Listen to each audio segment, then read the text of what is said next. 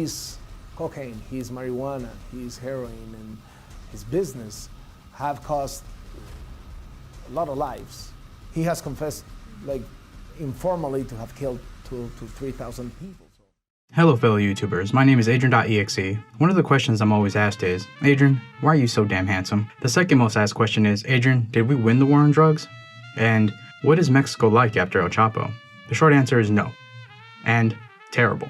Thanks for watching the first episode of Armchair. Okay, now for the long answer. The truth is that we are far from winning the war on drugs, and history has shown us recently capturing one drug lord causes a power vacuum, followed by a quick replacement and lots of violence. So in the first episode in a series I like to call Armchair Journalism, we are going to answer whether or not we won the war on drugs, what has it cost us so far, and if taking down El Chapo had any effect. Since 2006, the year Mexico's government declared its war on drugs, more than 150,000 people have died due to drug-related violence, and 37,000 have gone missing. In this year alone, there have been nearly 8,500 people that have died. The United States' part in the war includes the Mérida Initiative, which is a multi-billion-dollar initiative aiding the Mexican government with aircraft, training, and equipment. The election of Mexican President Andrés Manuel López Obrador in 2018 brought about the formation of a new Coast Guard, deployment of military forces throughout the country, and the sending of federal troops in Tijuana. The problem in Mexico directly impacts us here in the US, due to Mexican trafficking organizations being one of the largest suppliers of heroin, fentanyl, methamphetamine, and cocaine, according to the DEA. The production of heroin alone has increased by 37% between 2016 and 2017 due to the opioid epidemic here in the US. Furthermore, seizures of fentanyl at ports like Nogales have doubled. The popularity of fentanyl has also affected poppy farmers, who are almost out of a job due to the preference of a more potent drug, which causes some to turn to crime as a response. President Obrador's answer to this is aiding farms in their time of need in order to prevent them from defecting. He is doing this by helping them in their production of corn and offering a fair price for said corn. On top of that, it seems that cartels are able to produce fentanyl in Mexico rather than obtaining precursors from China. What cartels have been active in Mexico? The main DTOs in Mexico are the Sinaloa Cartel, Jalisco New Generation, the Juarez Cartel, Gulf Cartel, Los Zetas, and the Beltran Leyva organization. The Sinaloa forming in 1989 and formerly led by Joaquin El Chapo Guzman and now led by Ismael El Mayo Zambada Garcia, as well as Guzman's sons, controls most of the Pacific coast.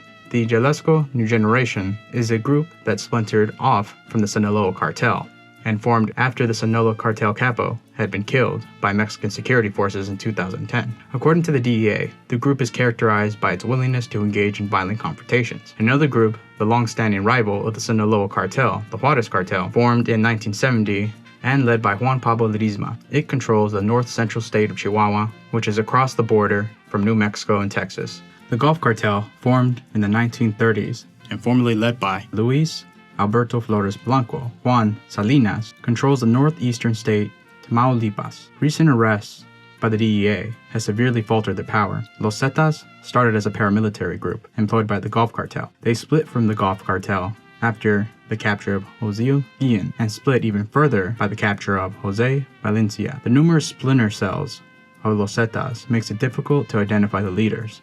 However, what is known is that the splinter cells that used to make up Los Zetas as a whole controls parts of Tamaulipas and the Gulf Coast. The Beltran Leyva organization, started by the Beltran Leyva brothers, split from the Sinaloa Cartel in 2008. Their recent arrests and deaths have diminished their power, but some of their loyalists are still in operation in Mexico. In case you are wondering, are these groups still active in 2019?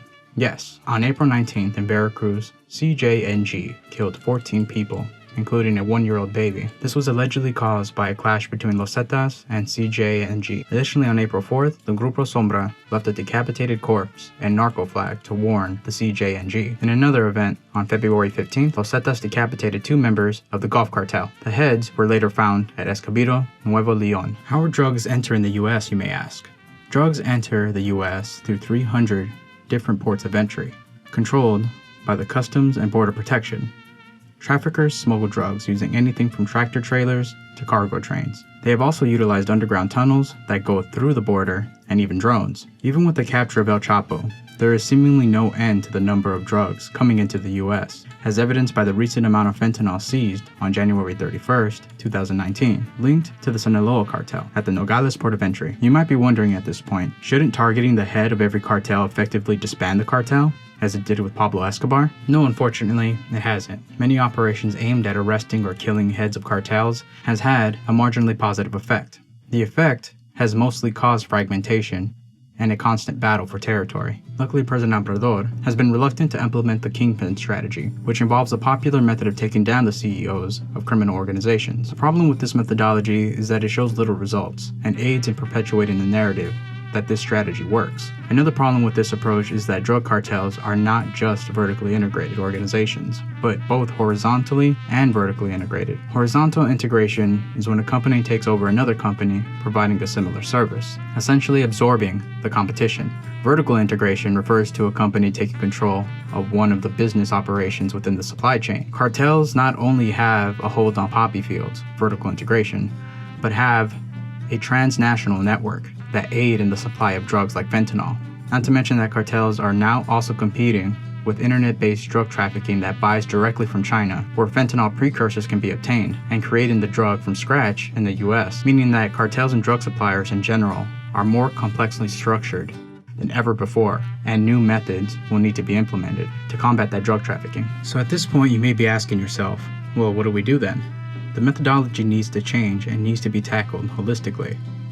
Be committed to understanding the psychological reasons behind illicit drug use and how it affects the law. A great example of how we are viewing the issue now can be seen in the trial of El Chapo, where a great amount of effort was placed in suppressing testimony or mentioning of anything that highlighted the corrupt Mexican government, US involvement in the drug war, and the poverty rate in Mexico, and its effect on the local communities. A solution has been proposed by President Obrador. As of this year, the National Development Plan for 2019 through 2024 plans to end the prohibition of drugs and redirect funds towards rehabilitation or drug treatment programs. It seems due to the profit paradox, simply limiting the number of drugs that come into the US is not enough either. The profit paradox refers to limiting the amount of product available, but by doing so, it increases the profit that can be made from the said product.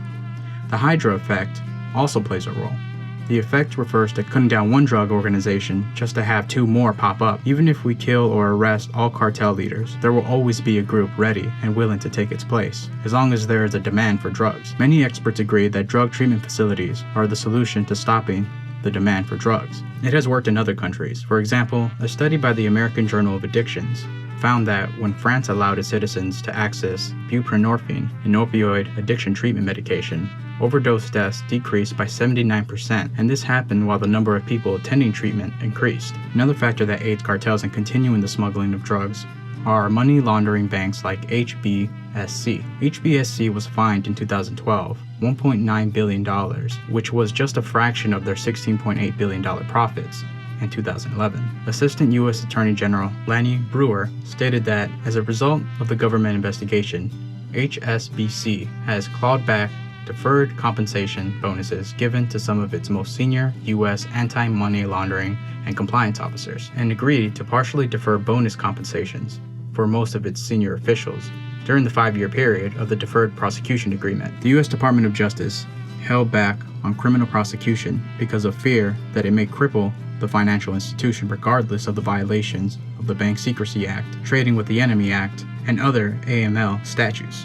The U.S.'s war on drugs has also led to illegal ATF operations like Operation Fast and Furious to occur, in which straw buyers would purchase weapons that the ATF would track in hopes that it would reach high-level figures in the Mexican cartel. The results of the operation led people in Mexico to be maimed or killed by those same guns, as well as the murder of U.S. Border Patrol agent Brian Terry.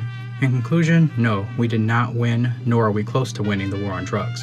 It has costed many human lives, as well as $51 billion in spending by the U.S. Furthermore, capturing leaders like El Chapo has had little effect in stopping cartels, and may have made the situation in Mexico worse. The only plausible solutions are to adjust our tactics from solely using kingpin-focused takedowns and supply-oriented sabotage to a method backed with evidence, like drug rehabilitation. Additionally, we need to severely punish financial institutions that willingly launder cartel drug money. If we don't, then we will never see an end to the drug war, or the bloodshed that accompanies it anytime soon. Thanks for watching the first episode of Armchair Journalism. If you like this video and want to see more, feel free to like and subscribe for more content, and let me know what your thoughts are in the comment section below. Thanks.